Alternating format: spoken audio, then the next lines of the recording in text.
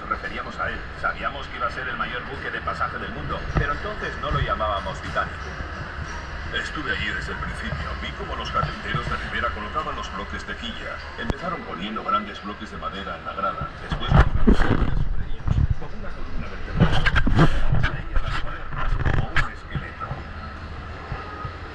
Estaba todo lleno de talleres. Tardaba semanas en familiarizarte con el lugar. Había talleres en todos los oficios conocidos: pintores, fabricantes de velas, cobreros, calderos, carpinteros. Incluso llegué a aprender aquí algo de banistería. En Harran and Wolff se trabajaba bien, pero era un lugar peligroso. En cada barco se perdía una vida y también se producían numerosas lesiones.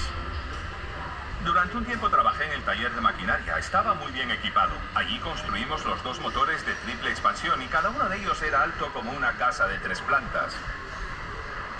Yo trabajaba en el taller de curvado de cuadernas. En el horno se calentaban vigas de acero. Después las enganchábamos a unas losas de hierro forjado y las golpeábamos hasta curvarlas. Era un trabajo especializado. Había que doblarlas un poco más de lo necesario porque al enfriarse se desencorvaban un poco.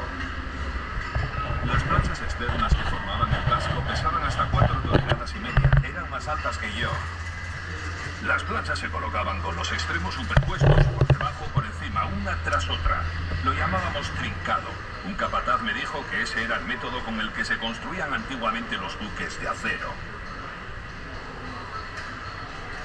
Yo era el calentador. Tenía que calentar los remaches en una pequeña fragua. Se trabajaban los fuelles hasta poner el remache a rojo vivo. Después, con unas pinzas, se lo lanzabas al atrapador, quien lo recogía e introducía en el orificio de la plancha para el sujetador. Al otro lado donde se colocaba el sujetador estábamos 2 personas. Martillábamos el remache a un incandescente para insertarlo en el orificio. El doble fondo. Había un pequeño espacio formado por chapas de acero.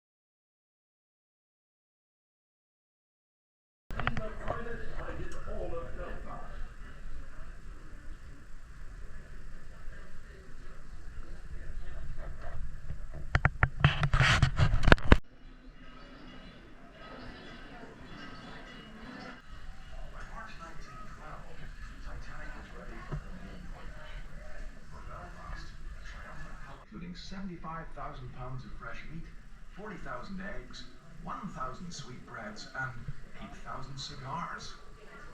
At 7 a.m., Captain Edward Johnson. Prepare for the board of trade muster at 8.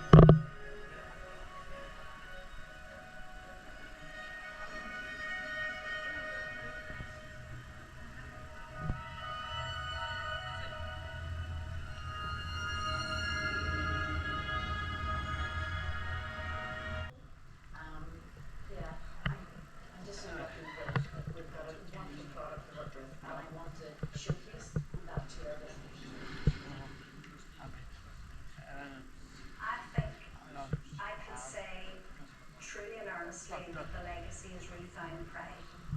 Belfast is standing. She once did. Today, our people and for us as a family. Always was proud of her. But most importantly,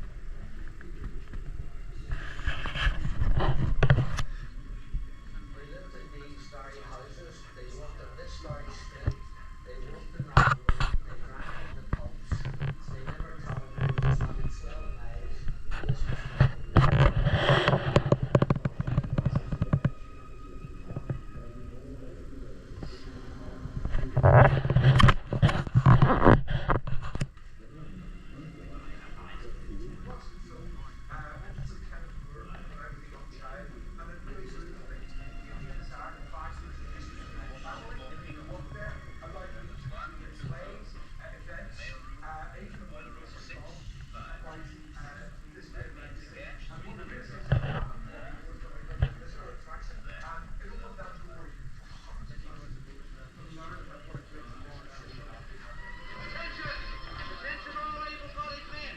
We need your help to grow the raft as quickly as you can, please.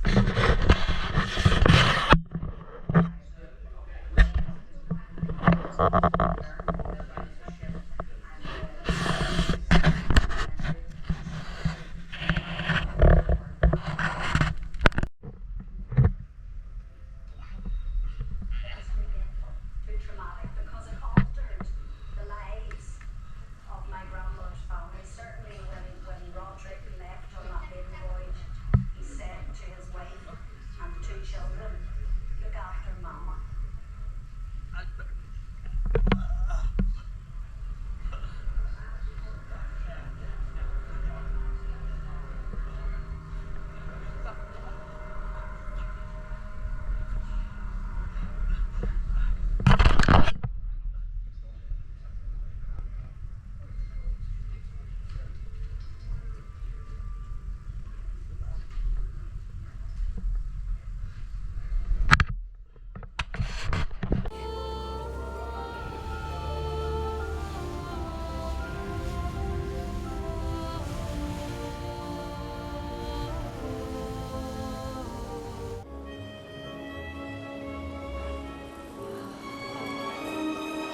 Now, open your eyes.